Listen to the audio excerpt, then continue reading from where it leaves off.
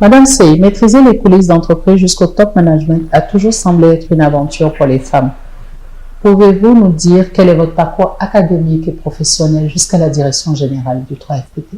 Merci beaucoup Emma. Permettez-moi d'abord de vous remercier de vous être déplacée parce que je pense que le temps est précieux pour chacun d'entre nous, d'avoir pris le temps en tous les cas de venir ici au Fonds de financement de la formation professionnelle et technique, le 3FPT, vous l'avez très bien dit, pour venir nous rencontrer, en tous les cas me permettre de parler et de moi et de l'institution que je dirige.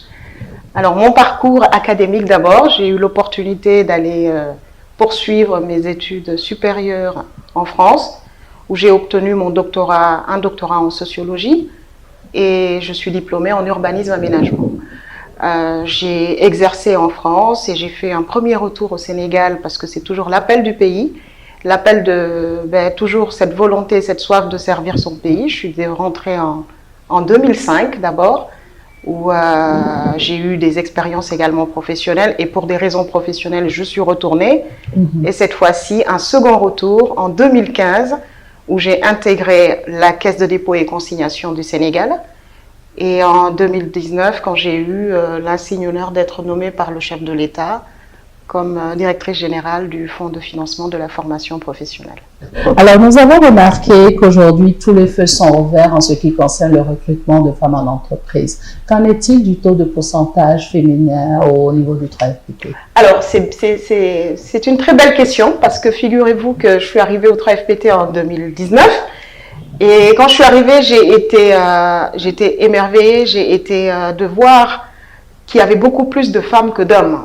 Alors, je ne le dis pas pour juste du féminisme, mais on parle beaucoup aujourd'hui de discrimination positive à l'égard des femmes. Quand il y a des candidatures, on demande à ce que les femmes, on encourage en tout cas la candidature des femmes et de trouver une structure gérée par un homme que j'ai remplacé, qui est aujourd'hui mon ministre de tutelle, qui avait recruté beaucoup plus de femmes. Voilà, ça montre aussi, je pense que l'ouverture aujourd'hui face à des métiers nouveaux, à des métiers aujourd'hui porteurs, comme est le domaine aujourd'hui de la formation professionnelle. 8 mars, Journée internationale des droits des femmes. En cette période troublée et inquiétante où le ciel semble nous tomber sur la tête, quel message pouvez-vous adresser aux femmes africaines et particulièrement celles qui veulent être comme vous? Alors, je pense que c'est un message que je nous adresse à toutes les femmes. C'est justement cette résilience que nous connaissons. C'est un mot que nous connaissons, nous les femmes, la résilience. Absolument. Je pense qu'il est important aujourd'hui que nous la mettions encore beaucoup plus en œuvre. C'est d'abord de la résilience, mais c'est également du soutien mutuel. Nous avons besoin en tout cas de relier pour moi les maillons.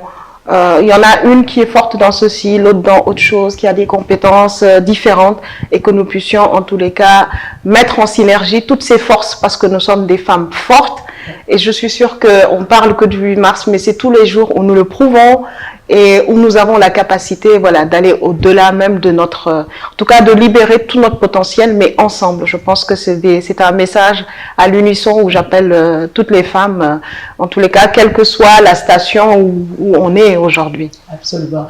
Merci beaucoup Madame Sey. Toute l'équipe de Fiervel à travers ma personne vous remercie pour le temps accordé. Merci beaucoup et nous vous souhaitons très bonne fête de 8 mars. Merci Emma. Parce que vous êtes une femme battante, une femme dont nous sommes si fiers. Merci beaucoup, merci Emma. Merci beaucoup.